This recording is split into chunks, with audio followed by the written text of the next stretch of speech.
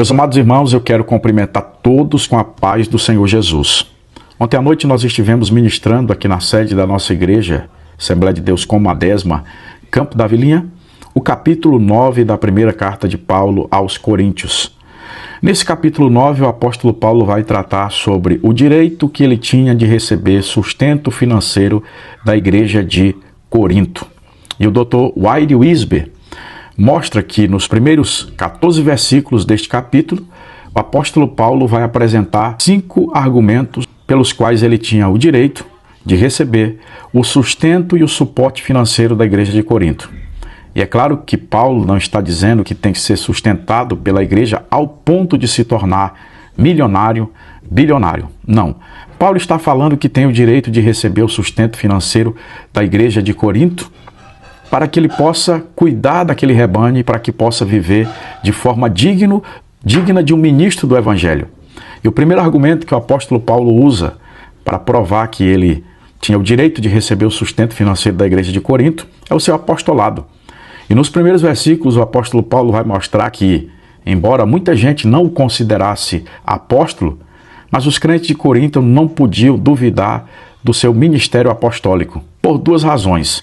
Primeiro, porque Paulo mostra que os crentes de Corinto foram gerados por ele. Aquela igreja foi fundada pelo apóstolo Paulo. Segundo, porque Paulo diz que os crentes de Corinto são o selo do seu apostolado, o selo do seu ministério. Então todos podiam duvidar do ministério apostólico de Paulo, menos os crentes de Corinto. Segundo argumento que Paulo usa para mostrar aos crentes de Corinto que ele tinha o direito de receber o sustento financeiro é a experiência humana. No versículo de número 7, Paulo compara o obreiro a 3 coisas. Ele compara o obreiro primeiro ao soldado, segundo ao agricultor e terceiro ao pastor. E ele compara a igreja também a 3 coisas. Ele compara a igreja a um exército, compara a igreja a um campo e compara a igreja a um rebanho. E Paulo mostra que da mesma forma que o soldado vai para a batalha na expectativa de ganhar por isso, da mesma forma que o agricultor planta na expectativa de colher e usufruir dos frutos da terra, da mesma forma que um pastor pastoreia o rebanho na expectativa de usufruir do leite daquele rebanho, da mesma forma os obreiros devem cuidar, as igrejas devem cuidar dos seus pastores. Terceiro argumento que o apóstolo Paulo usa para mostrar que ele tinha o direito de receber o sustento financeiro da igreja de Corinto é a lei do Antigo Testamento. No versículo de número 8 ao versículo de número 12, o apóstolo Paulo vai mostrar que no Antigo Testamento era muito comum se usar boi para debulhar o trigo. E Deus proveu meios na sua palavra para cuidar até dos animais, quanto mais dos obreiros. Aí Paulo conclui dizendo que todo trabalhador é digno do seu salário. O quarto argumento que o apóstolo Paulo vai usar para mostrar aos crentes de Corinto que ele tinha o direito de receber o sustento financeiro daquela igreja é o ensino do próprio Jesus, porque o próprio Jesus ensinou que o trabalhador tem que receber por seu salário. Tem muita gente por aí que acha que Jesus não precisou de dinheiro. Jesus precisou tanto de dinheiro que ele tinha um tesoureiro.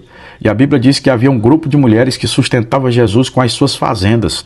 Ou você pensa que Jesus não precisava de dinheiro para suprir as suas necessidades básicas? Enquanto a igreja estiver aqui nesta terra, ela também vai precisar de dinheiro para que ela possa se manter. E Deus sempre vai usar pessoas e abençoar estas pessoas para que elas também abençoem e financiem a obra de Deus.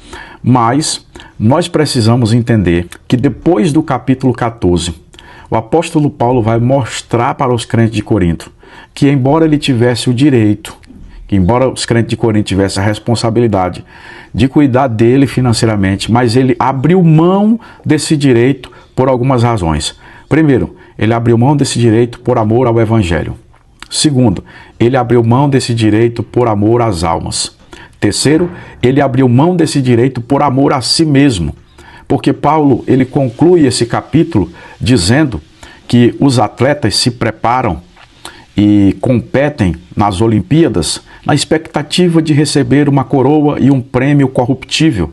Mas ele estava se doando, se gastando pela obra de Deus, não para receber recompensas aqui na terra, mas para receber recompensa no céu.